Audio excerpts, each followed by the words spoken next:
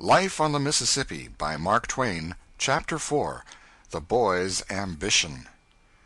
When I was a boy, there was but one permanent ambition among my comrades in our village. Footnote number 1, Hannibal, Missouri. On the west bank of the Mississippi River.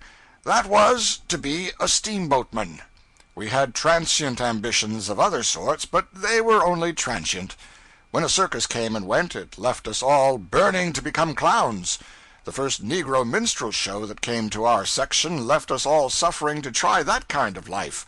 Now and then we had a hope that if we lived and were good, God would permit us to be pirates. These ambitions faded out, each in its turn, but the ambition to be a steamboatman always remained. Once a day a cheap, gaudy packet arrived upward from St. Louis, and another downward from Keokuk. Before these events, the day was glorious with expectancy. After them, the day was a dead and empty thing. Not only the boys, but the whole village felt this. After all these years, I can picture that old time to myself now, just as it was then. The white town drowsing in the sunshine of a summer's morning, the streets empty, or pretty nearly so, one or two clerks sitting in front of the Water Street stores, with their splint-bottomed chairs tilted back against the wall, chins on breasts, hats slouched over their faces, asleep, with shingle shavings enough around to show what broke them down, a sow and a litter of pigs loafing along the sidewalk, doing a good business in watermelon rinds and seeds, two or three lonely little freight piles scattered about the levee, a pile of skids on the slope of the stone-paved wharf, and the fragrant town drunkard asleep in the shadow of them.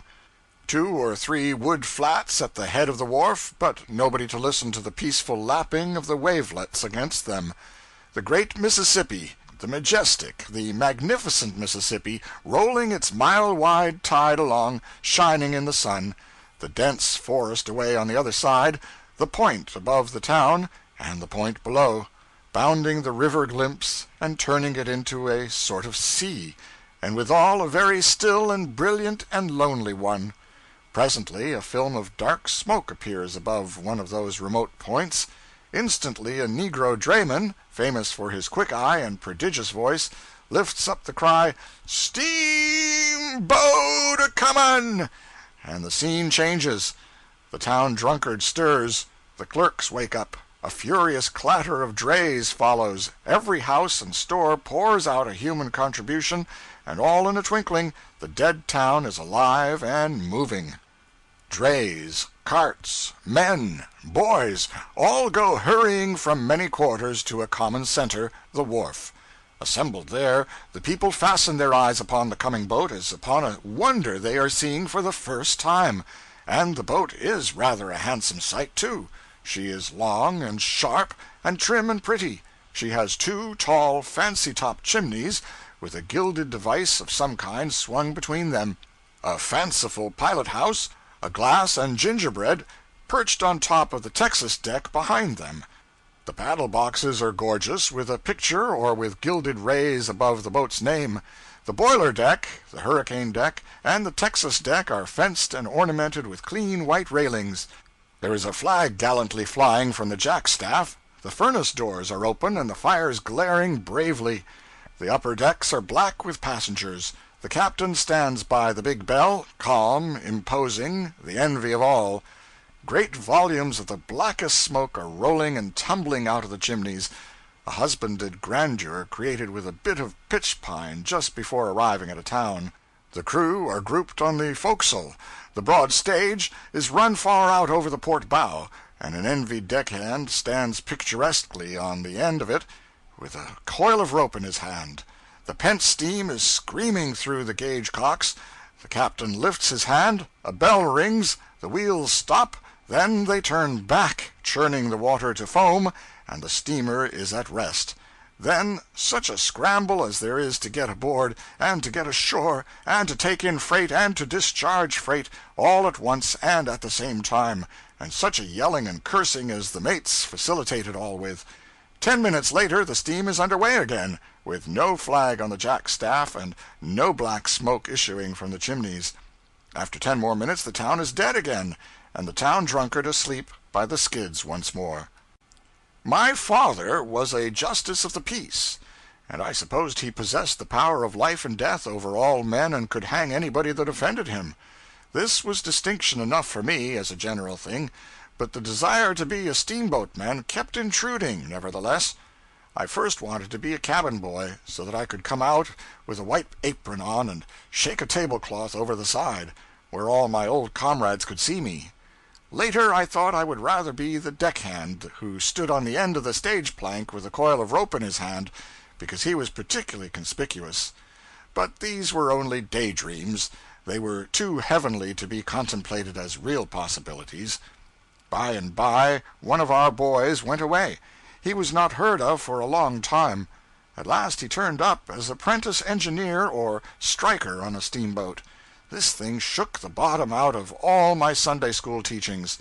That boy had been notoriously worldly, and I just the reverse.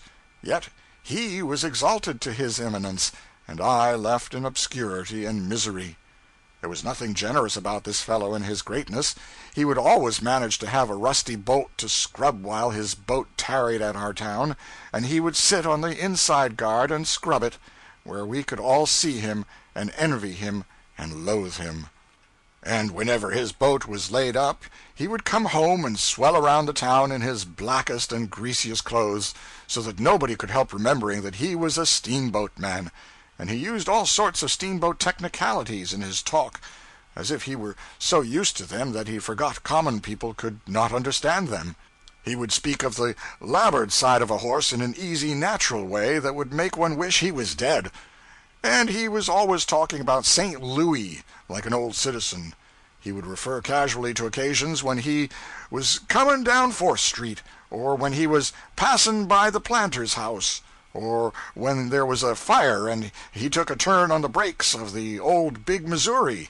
And then he would go on and lie about how many towns the size of ours were burned down there that day. 2 or 3 of the boys had long been persons of consideration among us, because they had been to St. Louis once and had a vague general knowledge of its wonders.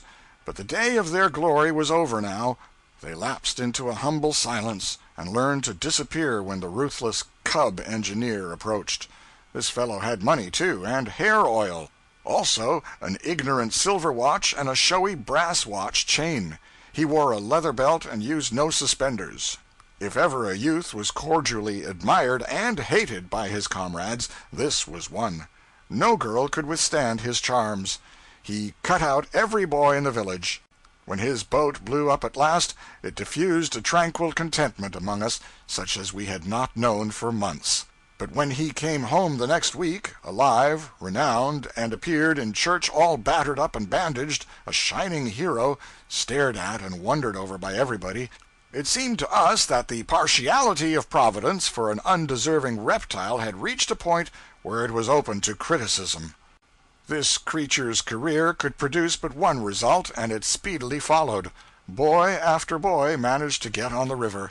The minister's son became an engineer.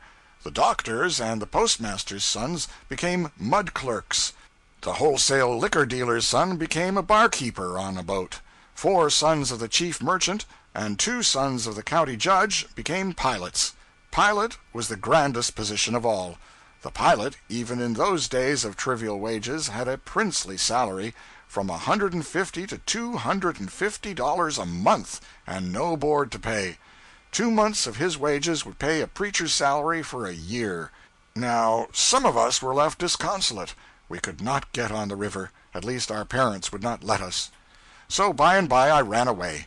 I said I never would come home again till I was a pilot and could come in glory.